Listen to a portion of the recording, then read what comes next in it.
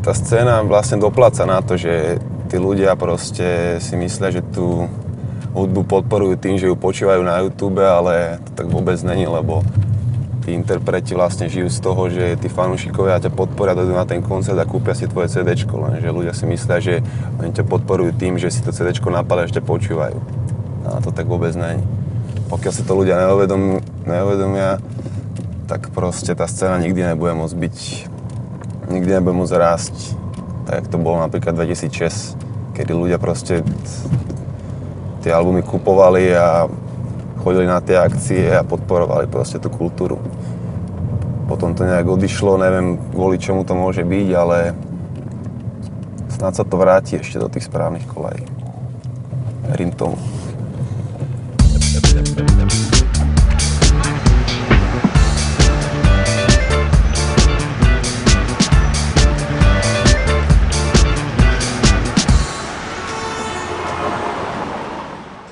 Takže som na ceste do práce. Dneska hráme koncert v Prahe, v Sasazu. Ako predkapela jednej legendy Brooklynu, Busta Rhymes. Jeden z najlepších žijúcich reperov. Takže pre mňa veľká česť zúčastniť sa na takéto udalosti a zároveň sa tam takto zabrigadovať. Okrem koncertov a takéto cesty do práce, pracujem na albume, štúdiu. Pracujem na textoch, vyberám hudby, dávam to celé dokopy a vlastne manažujem hostí, jedno s druhým, všetko okolo toho. Venujem sa vlastne hlavne v podstate iba tomu, koncerty a album.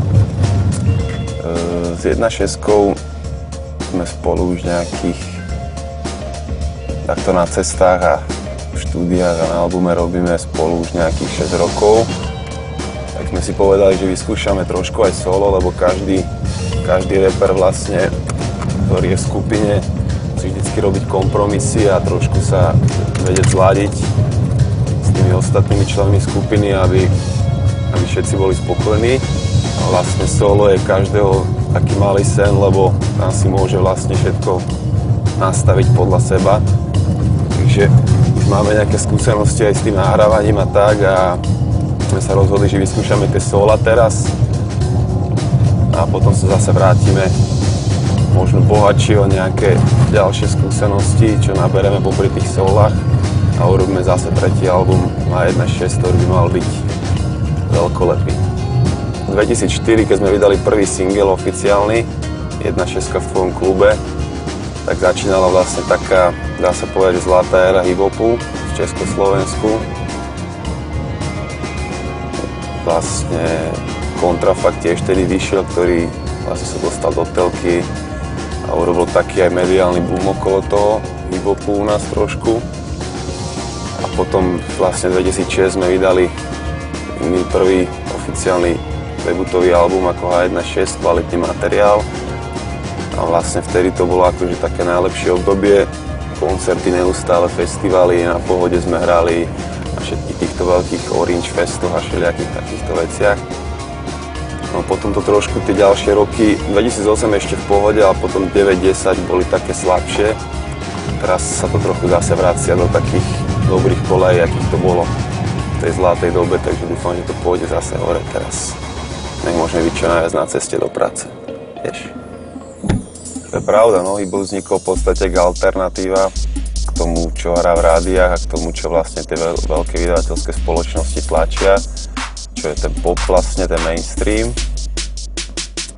A to, že sa dostal do médií, teda niektorá jeho časť, že sa dostala takto hore, je taký malý zázrak. Ale v podstate sa nič nezmenilo na tom, že ten hip-hop, ktorý v podstate je taký, jak by som to povedal, taký ten naozajstný pravdivý hip-hop, ten stále v rádiách nejak moc nepočuť, lebo pokiaľ sa chce nejaký hip-hopový interpret dostať do rádie, tak musí trošku ísť podľa tých zákonov toho popu a toho mainstreamu vlastne, tam ťa to nepustí v niečom, že tam musíš mať chytlavý refrén, musíš mať hudbu tanečnú a jedno s druhým,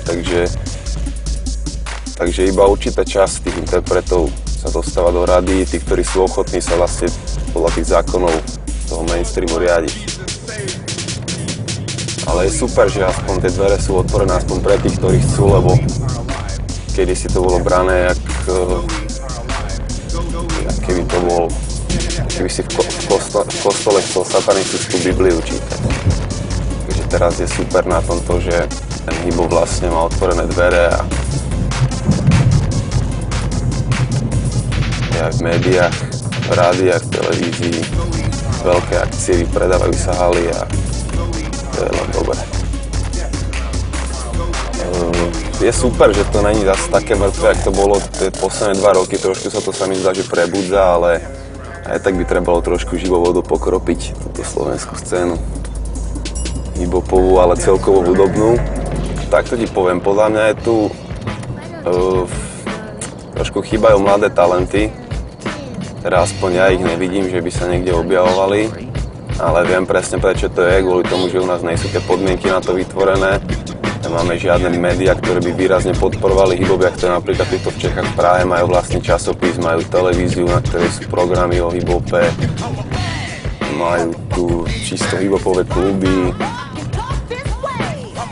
ale zase tá scéna není nejak o moc kvalitnejšia, čo sa týka interpretov ako tá slovenská, by som povedal, že sú úplne podobné tie scény, sú tu staré kapely, ktoré sú klasici, ktorí sú dlho, ktorí sú zabehaní a profesionáli sú to vlastne už o svojom remesle a takisto aj na Slovensku sú takí. Ale hovorím, že na Slovensku nie sú tie podmienky na to tak vytvorené, aby tá scéna nejak mohla rásť ďalej.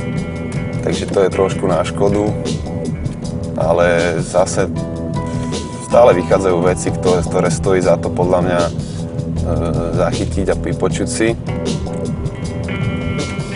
Napríklad teraz Moja reč, Dobrí chlapci 3, je výborný album, alebo mixtape, alebo čo to je. Takže tá scéna vlastne dopláca na to, že tí ľudia proste si myslia, že tú hudbu podporujú tým, že ju počúvajú na YouTube, ale to tak vôbec není, lebo tí interpreti vlastne žijú z toho, že tí fanúšikovia ťa podporia, dojdu na ten koncert a kúpia si tvoje CDčko, lenže ľudia si myslia, že oni ťa podporujú tým, že si to CDčko napalia a ešte počúvajú. A to tak vôbec není. Pokiaľ si to ľudia neuvedomia, tak proste tá scéna nikdy nebude môcť byť, nikdy nebude môcť rásť. Tak to bolo napríklad 2006, kedy ľudia proste tie albumy kupovali a chodili na tie akcie a podporovali proste tú kultúru. Potom to nejak odišlo, neviem kvôli čomu to môže byť, ale snad sa to vráti ešte do tých správnych kolejí. Verím tomu. Som chcel byť ako dieťa. Najprv som chcel byť ninja, ako prvé. Preto som sa prihlásil na taekwondo a na karate a tak. To som bol ešte takých do 10 rokov. A potom som chcel byť Peter Schmeichel. Som sa prihlásil na futbal, chytal som na Slovane dlhé roky. A teraz som MC. A hudba je to najlepšie, čo ma stretlo v podstate v živote, takže je to trošku ďalej od môjho detského sna, ale som stále taký rapový ninja. A vychytám všetko jak Peter Schmeichel, takže splnil som si vlastne aj detský sen tak trochu. Z toho ninjovského sna som upustil v období, keď vlastne som začal mať kamarátov, behať po ulici už trošku a akože tak, že bez mami na pieskovisku, ale normálne nejak sám s nejakou partiou, s kalammi. Samozrejme sa hral futbal na školákoch, vtedy po celej Bratislave, takže nechcel som byť drevo, chcel som zapadnúť do partie, tak som si povedal, že chcem byť futbalista.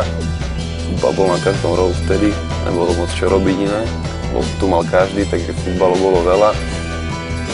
Tak nejak to proste prišlo s tým futbalom a neviem, po tých rokoch v tom futbale ma to nejak prestalo naplňať, když tie podmienky neboli bohviaké na to, všelijaké tlačenky a rôzni tréneri, všelijakí schizofrenickí, tak to ma trošku odradil, stratil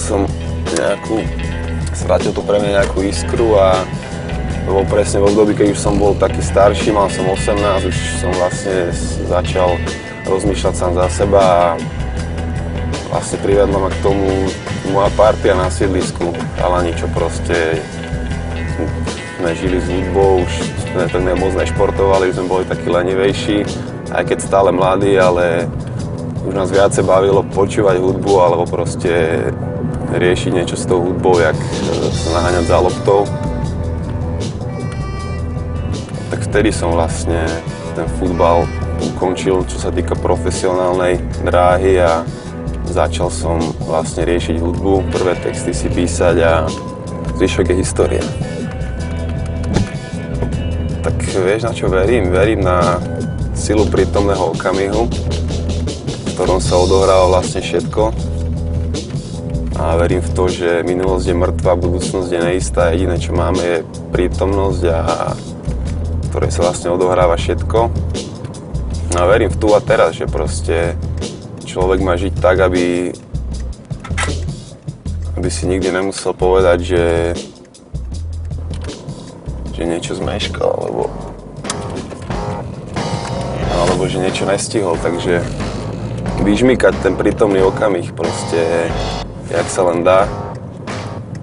A keď to tak robíš, keď tak žiješ, tak vlastne nikdy nemôžeš potom ľutovať, že si niečo nestihol, alebo že si urobil niečo, čo si nemal robiť.